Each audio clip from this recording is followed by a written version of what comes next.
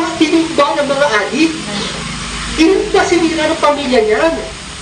Hindi sinito po dumating. Sa panahon ni Duterte, naubos lahat, halos maubos-ubos na tinumba yan. Pero ilan ba tinumba ng mga yan? Diba? Isang pamilya, ha? Anak, yung anak, ha? Pinagsamantala ng tatay dahil lulong sa pinagbabawal.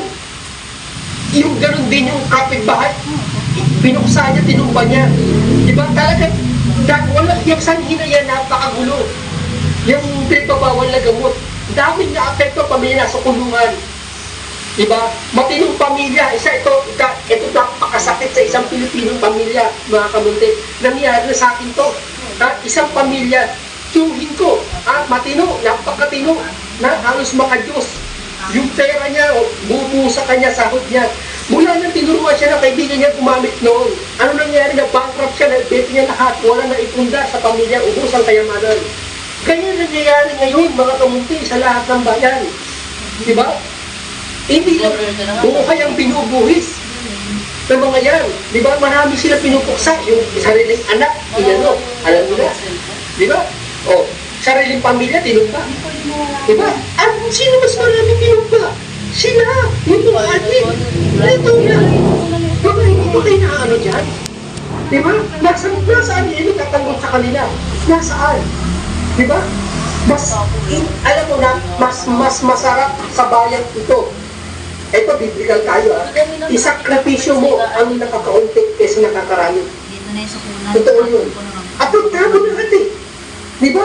Kaya isa sa mga mahihirap ang bansa kung bakit may kaya naghirap ang bansa, may mga ganyan. Yun ang opinion ko, reaction ko Kaya ngayon, mga kamunti, ito nangyari niya kay Pangulong Duterte. Talagang pinastos ang ating soberanya ng Pilipinas, yung jurisdiction natin. Inapakan tayo mga Pilipino. Kawawa naman tayo. Nasa mahirap pa tayo na bansa, araw-araw nasasagupa tayo sa mahirap na korupsyon na bansa. Ang baba ng sahod, ang taas ng requirement ng trabaho. Kailangan may 2 years experience, may ganyan. Bago pa lang, graduate, wala lang ano.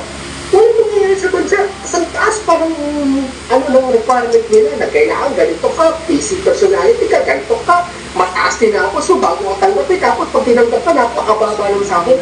Diba? Tapos construction din ng gobyerno. Tapos dagang ka sa kalsada, araw-araw inaayos yung kalsada.